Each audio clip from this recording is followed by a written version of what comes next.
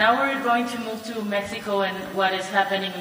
and looking into the future, because it's mostly what will be happening during the next years. We hope it will. Lisa has, at the last minute, decided to speak in Spanish, so please also bear in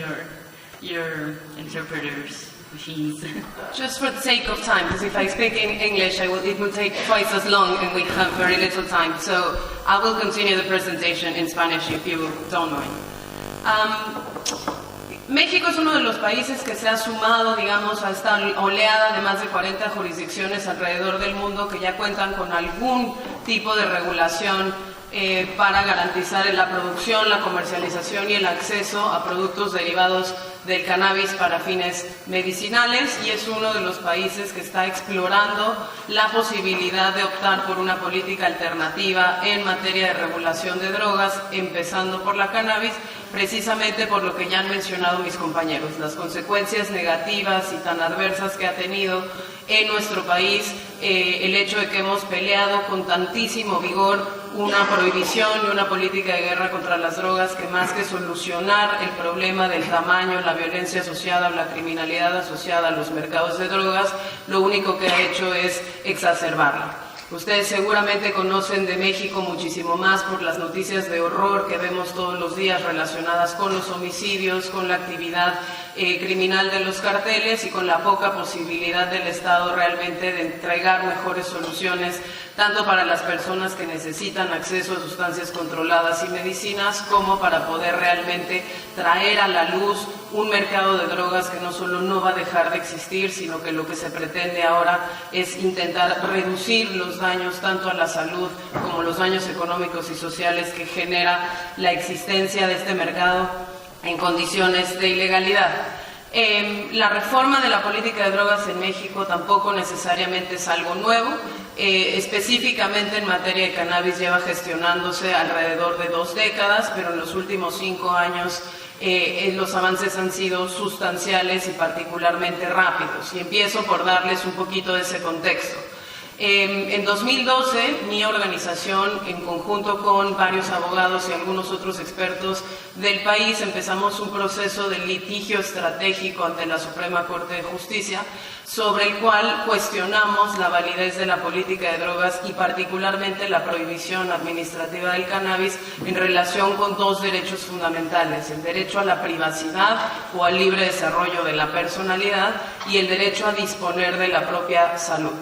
Llevamos el primer caso que ganamos finalmente en noviembre del 2015 y a partir de ahí sumamos 5 casos más en el sistema judicial mexicano. Generar jurisprudencia ante la Suprema Corte de Justicia necesita el ganar 5 casos consecutivos con el mismo número de votos en el mismo sentido, y ese 5.º caso se ganó apenas a finales de octubre de 2018.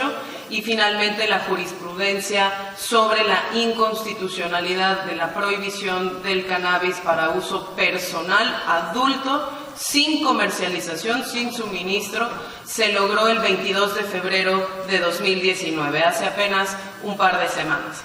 ¿Esto qué quiere decir? Esto quiere decir que en este momento en México el Poder Ejecutivo, la Policía, las autoridades federales de salud están obligadas todavía a prohibir la cannabis para todos sus fines, salvo el medicinal y el científico, que fueron aprobados por una reforma legal en 2017, pero todos los jueces del país están obligados a atribuir permisos para uso personal a quien los solicite. Esa contradicción lo que necesita es resolverse por la vía legislativa, y lo que se está promoviendo en estos momentos es justamente una legislación que permita homologar los criterios ya establecidos por la Corte con la complementariedad de regular verdaderamente el mercado desde el origen de la sustancia hasta su uso final, no solo ya para fines médicos y científicos, que como dije eso se aprobó con una reforma legislativa desde 2017, sino también para los usos personales, un poco en respuesta a lo que estamos viendo como contexto en las Américas, en donde, ya lo mencionaban mis compañeros, Argentina, Brasil, Chile, Costa Rica, Perú, Colombia, en el Caribe, Jamaica, San Vincent, y sobre todo en Norteamérica, Estados Unidos y Canadá, cuentan ya con algún tipo de reforma para abordar el acceso al mercado de cannabis de manera legal. Específicamente a México hay mucha presión que se le pone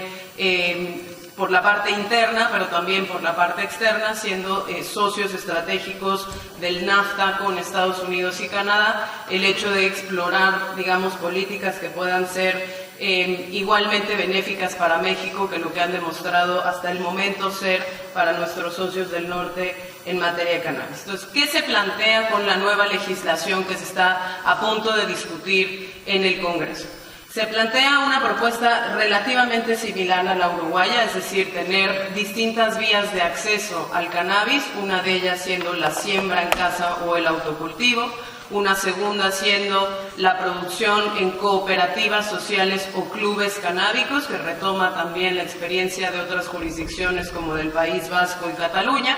y otras jurisdicciones también en algunos países europeos como Bélgica, y finalmente la venta al menudeo a través de un sistema de controles y de licencias que permita lograr que aquellas personas que no quieren ni cultivarlo ni formar parte de una cooperativa, de todos modos, logren algún tipo de acceso seguro a esta sustancia. Segundo, la regulación aplicaría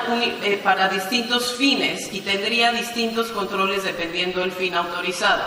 El primero es el uso personal adulto, que tiene que ver con el mal llamado uso recreativo. El segundo,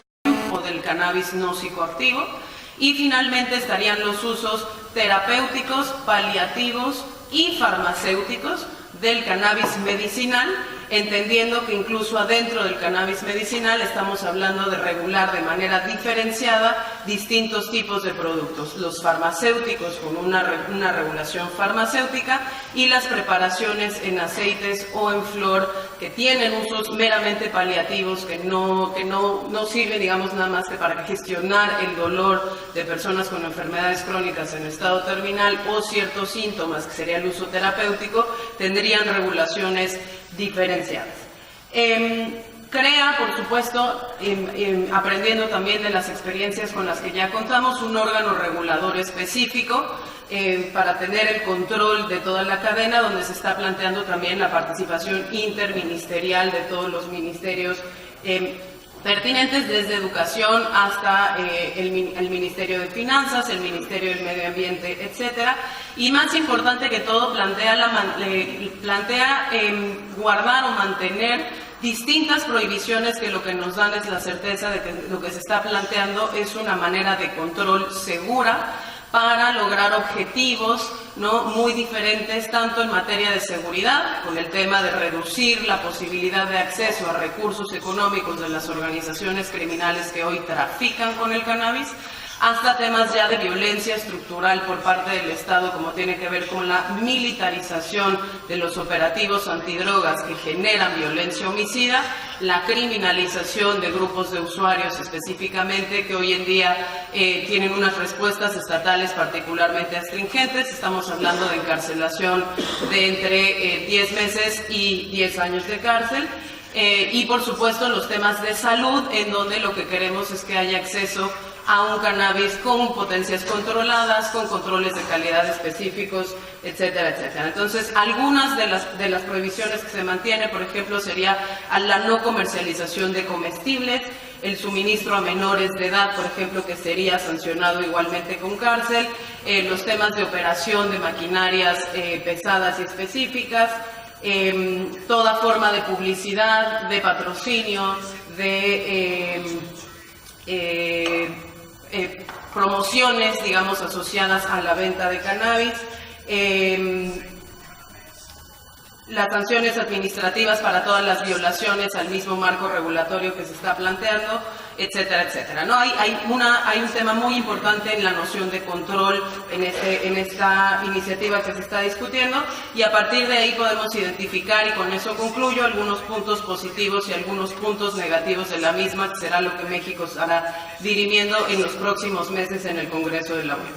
Como puntos positivos, muy rápidamente, el hecho de que amplía la noción de lo que constituye un uso medicinal para incluir lo terapéutico y lo paliativo, logrando regulaciones diferenciadas para los distintos tipos de preparaciones, es decir, no estamos circunscribiendo el uso medicinal a farmacéuticos producidos por compañías farmacéuticas ni a una marca en específico. Un segundo tema es que permite el abastecimiento por más de una fuente, que esto es alguna lección aprendida, digamos, de las restricciones que plantea la legislación uruguaya, donde ya lo decía Diego, las vías de abastecimiento son mutuamente excluyentes. En el caso de México no se está planteando así.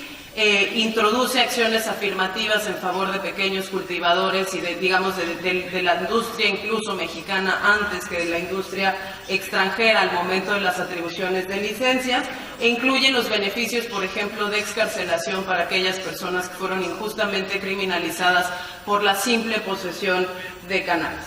Algunos puntos negativos, digamos que pierde de algunas otras propuestas legislativas que ya se presentaron en el Congreso mexicano, la total intermediación del Estado. Entonces, en ese sentido estamos hablando de un modelo regulatorio público-privado, donde a nosotros quizás nos gustaría ver un poco más de presencia de lo estatal, pero eso también es una lección aprendida, digamos, de lo rígido que puede resultar un sistema 100% controlado por el Estado. En este momento todavía no se ha tenido la discusión sobre la armonización del resto de las leyes que tendría que venir con la eventual aprobación de una ley de cannabis medicinal. Y otro punto negativo es que mantiene un registro de usuarios, un poco también aprendiendo de la experiencia uruguaya, pero con la negativa, digamos, de que no se está discutiendo a cabalidad cómo tendría que ejercerse la protección de datos personales, la transparencia y la rendición de cuentas por parte del Estado al momento de contar con información como esta.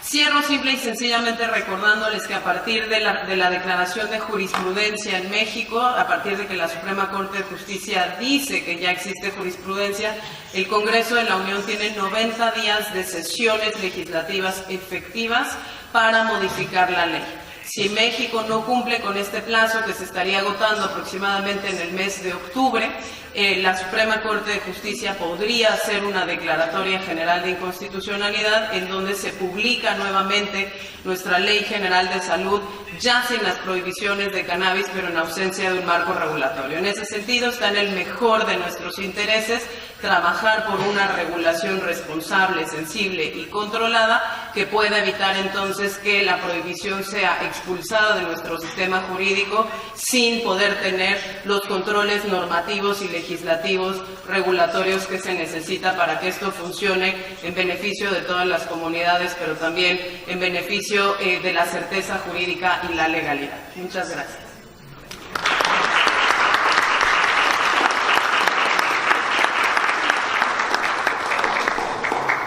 Thank you, Lisa, and in the next 90 days we'll be sure to keep up to what's happening in Mexico, and for sure it's a very akin but very far also to the case of Colombia, where the interest for regulation comes from the need to restore peace and security in our country, so it's a very close to home experience.